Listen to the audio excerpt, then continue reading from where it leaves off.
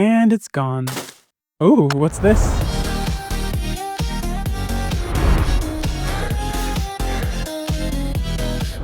I just deleted 730 days of progress on my solo RPG. Why? Because my game did not feel like any of the games I loved growing up. Breath of the Wild, Elden Ring, Genshin Impact, Roblox. And I was able to turn my game from a generic demo to this in 6 months. Adding and improving on the combat, the environment, the colors, the feel, and much more. But why did it take deleting 2 years of progress?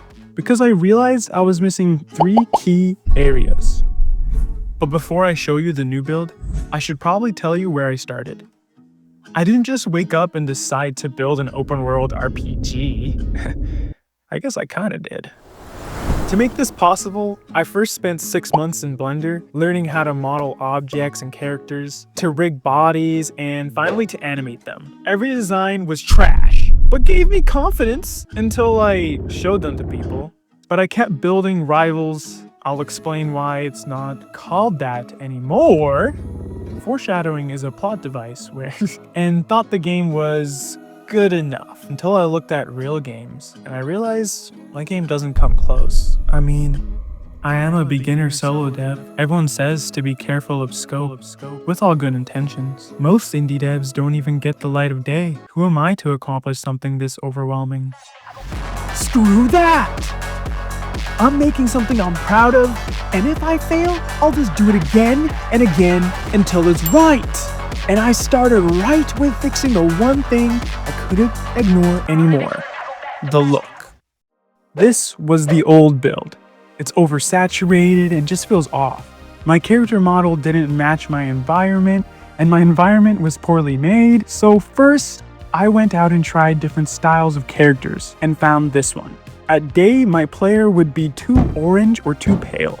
At night, my player's skin would either be too bright or dark, like my heart.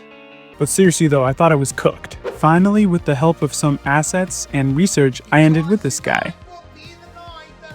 Next was the lighting and volume profile. The volume profile is basically like a filter, able to desaturate or add bloom or contrast. With it, I turned my harsh light to soft, and I managed to separate the profiles from my character and environment, so I can edit them how I like without them affecting each other. But even with a character that looks like the goodest, maybe even the greatest C-boy, I realized the second thing I was missing: an interesting world. And I split this up to color, dense vegetation, and world variety. For color, I basically just desaturated everything and added bloom. Also learned about grayscale filter, which is to look at a scene without color, and if it looks interesting, you did it. For vegetation, I wanted grass everywhere, but that broke my Whittle MacBook.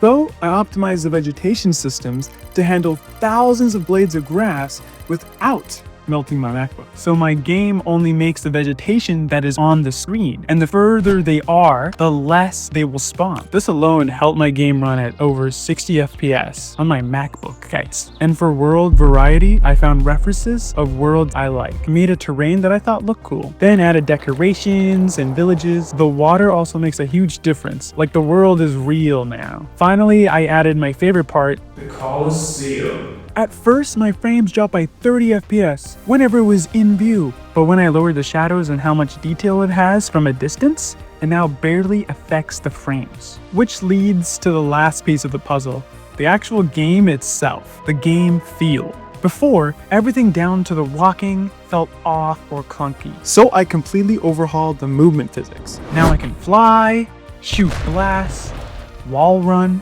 fight mobs, have them drop loot, or drop limbs. Not to mention, I'm Spider-Man now.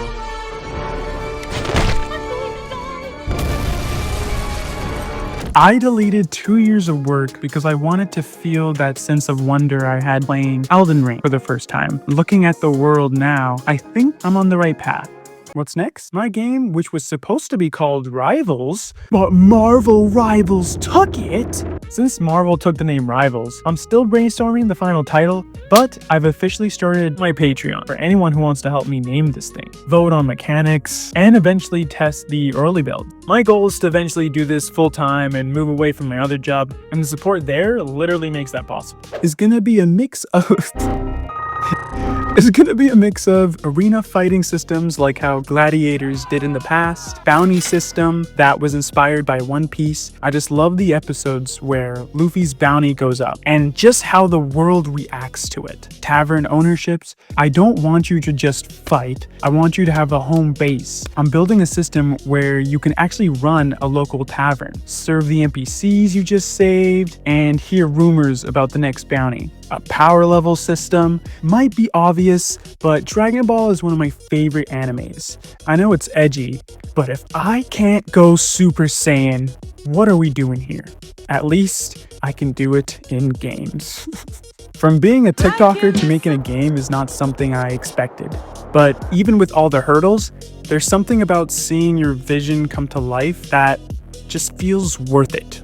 If anybody wants to get into game dev, but thinks they don't have enough time or just thinks it's too hard, if you have any interest, it's worth the struggle and have fun with it. If you have any suggestions for this game, like any name suggestions too, let me know. Thanks for watching. Peace.